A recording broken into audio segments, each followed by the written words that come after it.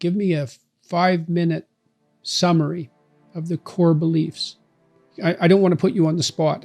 It's not a question. No, that's not hard at all. So we have a famous hadith in which we're told that the angel Gabriel came in the form of a man and asked the prophet, tell me about faith.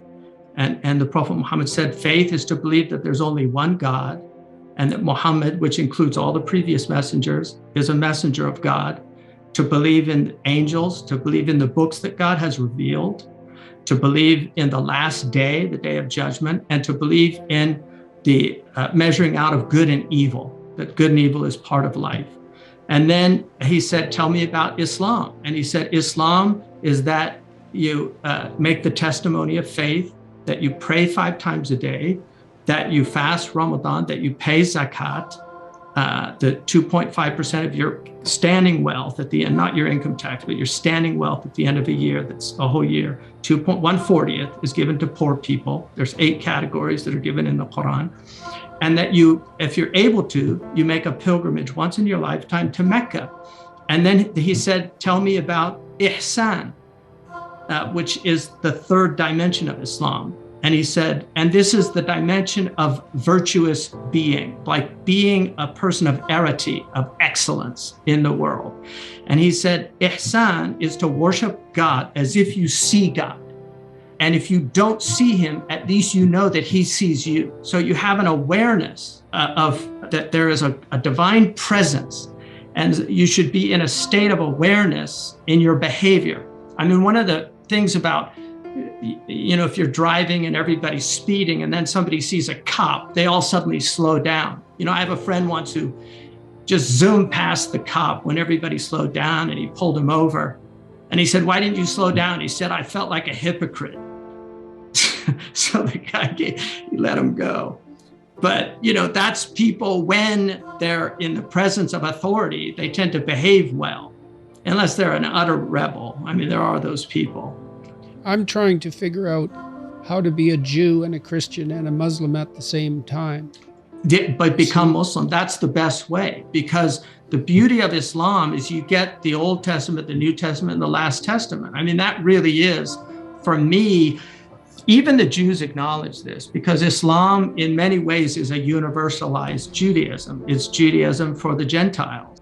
We have the mikvah, they do ghusl, we have ghusl. I mean, which is the ritual, the baptism, a total immersion in water ritually to purify yourself, which is done at least once a week. I want to ask you a final question, then you can maybe help me in my aim.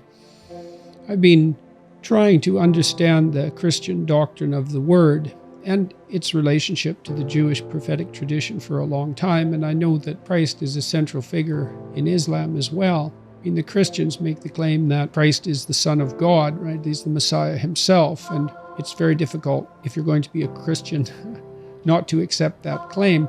And I think I understand the claim in some sense psychologically. I think the notion that the free word, the free truthful word, is the fundamental redeeming force. I believe that's true.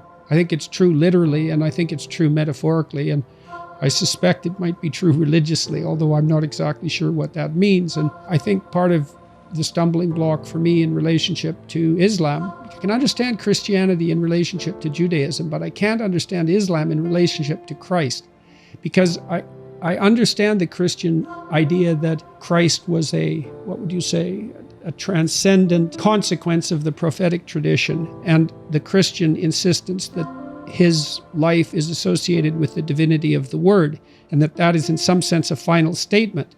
And so I don't understand how Islam moves beyond that and still places Christ in a place of centrality. Well, I mean, the Jews don't accept Christ at all. Like the best of the Jews will say he was a rabbi, but many of the rabbis considered him to be a charlatan, a magician. And Jesus in the Talmud, which was printed by Princeton University Press, makes that argument that the Talmudic views of Christ, which he argues in that book that it was understandable given that the Jews were so persecuted by the Christians.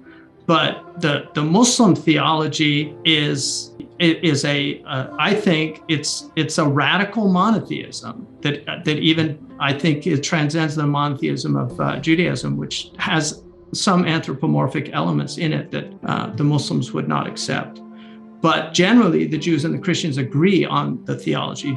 Rabbis, I've had many talks with rabbis, and they see Islam. In fact, Kohler says that Muslims were always seen as full proselytes of the Noahidic laws, whereas Christians were not because of the Trinity.